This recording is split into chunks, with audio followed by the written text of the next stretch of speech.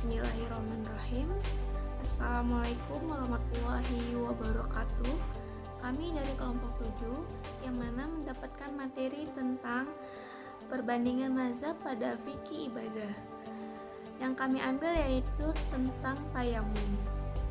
Baik, saya pemateri pertama Dinda Irwanti yang akan menjelaskan tentang pengertian tayamum. Secara temologi, yaitu tayamum adalah menyengaja, sedangkan secara terminologi yaitu mendatangkan debu yang suci ke wajah dan kedua tangan sampai siku dengan syarat dan rukun tertentu. Tayamum merupakan pengganti dari taharoh ketika seorang tidak dapat mandi dan wudu. Dalam hal ini berarti tayamum berkedudukan hanya sebagai pengganti wudu. Oleh karena itu, tayamum tidak bisa dihiaskan dengan wudu. Sebab tayamum itu bersuci dalam keadaan darurat. Jika dikemungkinkan masih bisa melaksanakan wudu, maka tidak diperbolehkan untuk bertayamum. Di dalam buku Hidayat yang berjudul Taharah dan Sholat bagi Orang Sakit halaman 16, tayamum diperbolehkan pada tahun ke-6 Hijriyah sebagai keringanan yang diberikan oleh umat Islam. Terdapat di dalam buku Ishad bin Ulfa yang berjudul Fikih Ibadah menurut Al-Quran, Sunnah dan Tinjauan Berbagai Mazhab halaman 41 terdapat pengertian tayamum menurut 4 mazhab, yaitu pertama, menurut mazhab Hanafi, tayamum adalah mengusap wajah dan kedua tangan dengan tanah dan yang suci. Selanjutnya, menurut mazhab Maliki, tayamum adalah bersuci dengan debu atas wajah dan kedua tangan dengan disertai niat. Yang ketiga yaitu menurut mazhab Syafi'i, tayamum adalah meratakan debu ke wajah dan kedua tangan sebagai ganti dari wudu atau mandi dengan syarat tertentu. Dan yang terakhir yaitu mazhab Hanbali, tayamum adalah mengusap wajah dan kedua tangan dengan debu yang suci menurut mekanisme yang khusus. Mungkin hanya ini yang dapat saya sampaikan. Selanjutnya akan dijelaskan oleh teman saya. Terima kasih. Assalamualaikum warahmatullahi wabarakatuh. Nama saya Muhammad Irzal Farizi. Saya sebagai pemateri kedua akan melanjutkan penjelasan dari pemateri pertama, yaitu di sini saya membahas tentang sebab-sebab diperbolehkannya tayamum. Ada beberapa sebab yang mengakibatkan seseorang diperbolehkan untuk bertayamum. Di antaranya, 1. Tidak ada air. Hal ini disebabkan karena sudah diusahakan untuk mencari air, tetapi tidak mendapatkan air. Sedangkan waktu sholat sudah masuk, atau karena sedang dalam perjalanan, atau bisa disebut dengan musafir. Ada beberapa kriteria musafir yang diperbolehkan bertayamum, yaitu sebagai berikut. Yang pertama, ia yakin bahwa di sekitar tempatnya tidak terdapat air, maka ia boleh langsung bertayamum tanpa harus mencari air terlebih dahulu.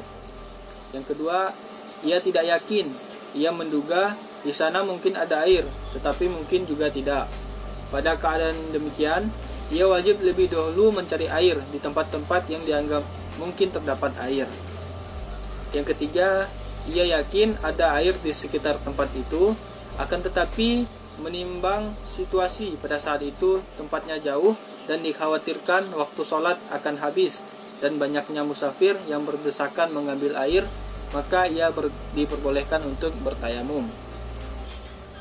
Kemudian ada yang kedua, adanya uzur. Adanya uzur seperti sakit yang menurut prediksi dokter akan bertambah parah atau semakin lama sembuhnya bila terkena air.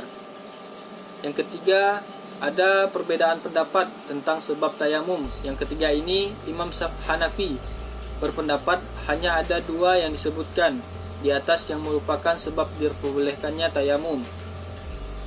Kemudian menurut Imam Syafi'i, sebab ketiga adalah adanya air sedikit tetapi untuk minum hewan yang dimuliakan oleh syara. Kemudian menurut Imam Malik, adanya air sedikit tetapi untuk minum hewan sekalipun anjing. Dan menurut Imam Hambali, sebab yang ketiga adalah mencari air setelah waktunya sholat tetapi tidak menemukan air. Mungkin hanya itu yang dapat saya sampaikan. Kemudian nanti akan dilanjutkan oleh pemateri selanjutnya. Baiklah, wassalamualaikum warahmatullahi wabarakatuh. Bismillahirrahmanirrahim. Assalamualaikum warahmatullahi wabarakatuh. Saya Nurul Amala dari Manajemen Dakwah 4K. Langsung saja saya akan menjelaskan syarat-syarat tayamum. Ulama mazhab Hanafi menetapkan 8 syarat bagi sahnya tayamum. Adapun ulama mazhab Syafi'i menetapkan 10 syarat, dan mazhab Maliki dan Hambali hanya menetapkan 2 syarat saja. Syarat-syarat ini kadang bercampur dengan fardu tayamum dan kadang juga menjadi sebab-sebab tayamum. Syarat tayamum ada 3. Yang pertama, debu yang suci. Tidak sah tayamum dengan benda selain debu. Sa'id al-ard. Kata Sa'id menurut ulama Syafi'i artinya adalah turab, debu atau tanah. Dan menurut ulama Hanafi dan Maliki adalah semua benda yang masih termasuk jenis bumi. Tayamum tidak sah jika menggunakan tanah Sa'id yang terkena najis. Syarat ini adalah syarat sah tayamum menurut jumhur. Adapun menurut ulama mazhab Maliki, semua dinamakan fardu seperti yang telah dijelaskan sebelum mengenai fardu tayamum. Ulama mazhab Hambali menambahkan bahwa tanah yang digunakan untuk bertayamum hendaklah tanah yang mubah.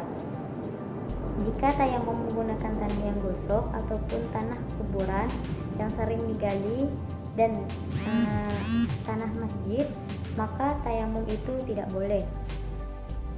Yang kedua, tayamum dilakukan setelah masuk waktu. Maksudnya di sini adalah setelah masuknya waktu amalan atau suatu ibadah yang akan ditayamumi. Menurut jumhur ini termasuk syarat, sedangkan menurut ulama Hanafi ia tidaklah menjadi syarat.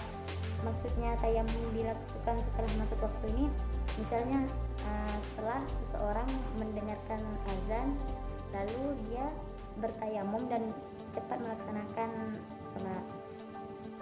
Yang ketiga, mencari air. Seluruh ulama mazhab yang 4 sepakat bahwa mencari air adalah syarat tayamum. Selagi dia tidak yakin ketiadaan air tersebut, sebab seorang tidak dinamakan sebagai orang yang tidak mempunyai air, kecuali setelah dia berusaha mencari air dan tidak mendapatinya. Menurut mazhab Syafi'i, jika seseorang yakin ada air pada suatu tempat, hendaklah dia mencarinya dalam area yang jaraknya itu 6.000 langkah. Assalamualaikum warahmatullahi taala wabarakatuh. Perkenalkan, nama saya Atikatul Maulah. Di sini saya akan membahas cara bertayamum.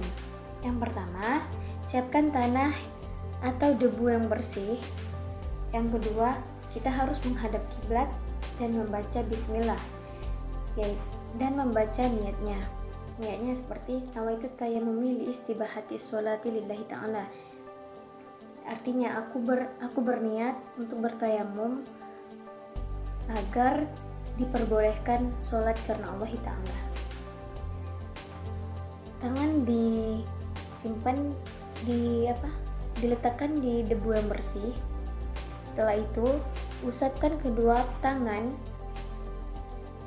telapak tangan pada seluruh wajah disertai niat. Seperti ini. Letakkan kembali telapak tangan pada debu. Kali ini tangan direnggangkan. Setelah itu, tempelkan telapak tangan kiri ke kanan. Usapkan telapak tangan kiri ke punggung lengan tangan sampai ke bagian ya jempolnya seperti ini ya. Sebaliknya.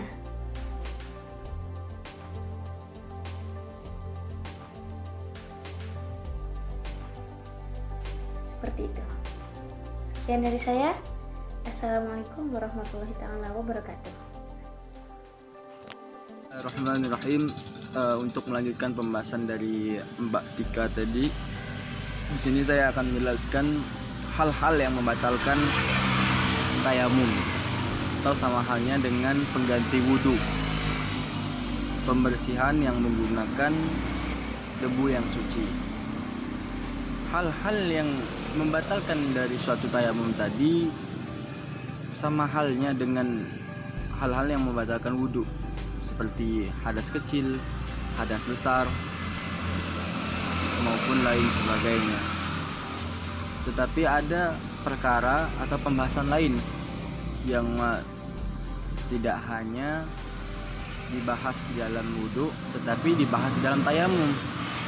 Yang dimana yang pertama yaitu ada seseorang di saat dia melaksanakan tayamum, dia melaksanakan sholat, tetapi setelah ia melaksanakan sholat tersebut, di sini mereka di dalam suatu kisah terdapat dua orang. Yang pertama melaksanakan ibadah sholatnya, mereka berdua tadi melaksanakan ibadah sholatnya, dan setelah menemukan air, satu di antara mereka berwudu dan mengulangi sholatnya. Dan kedua orang ini menjumpai ya Rasulullah. Apa kata Rasulullah tadi? Sesungguhnya kalian telah menjalankan sunnahku. Jadi Rasulullah di sini tidak memberatkan dan tidak menyalahkan antara dua belah pihak tadi. Dan bukan hanya itu, ada faktor lain juga yang membatalkan suatu tayamum, yang dimana di saat seseorang dia tidak memiliki luka, dia tidak memiliki penyakit yang apabila dia menyentuh air tidak diperbolehkan oleh kedokteran maupun pihak medis lainnya, tetapi dia memiliki air, tapi dia memaksa untuk tayamum, itu adalah membatalkan tayamum tadi. Terkadang banyak orang-orang yang menafsirkan bahwasanya tayamum ini sama halnya dengan wudhu, tetapi tayamum ini hanyalah sebagai pengganti wudhu di saat kita tidak menemukan air, maupun di saat kita jauh dalam perjalanan, kita tidak menemukan air yang bersih, yang tidak memadai untuk berwudu, untuk melaksanakan ibadah sholat kita tadi. Jadi bukan hanya kita membahas tayamum ini hanya sebagian kecil saja, tetapi pembagiannya itu besar juga. Karena bukan hanya di dalam ruang lingkup di wudu, tetapi dia ada juga ruang lingkup lain. Seperti terkadang seperti yang sudah saya jelaskan tadi, yang dimana di saat seseorang mengalami penyakit yang tidak boleh terkena air, luka bakar, luka apapun itu, yang apabila terkena air dia mengalami infeksi maupun lain sebagainya. Mungkin hanya itu yang dapat saya sampaikan, kurang dan lebihnya saya mohon dimaafkan. Wabillahi taufiq wal hidayah. Wassalamualaikum warahmatullahi wabarakatuh.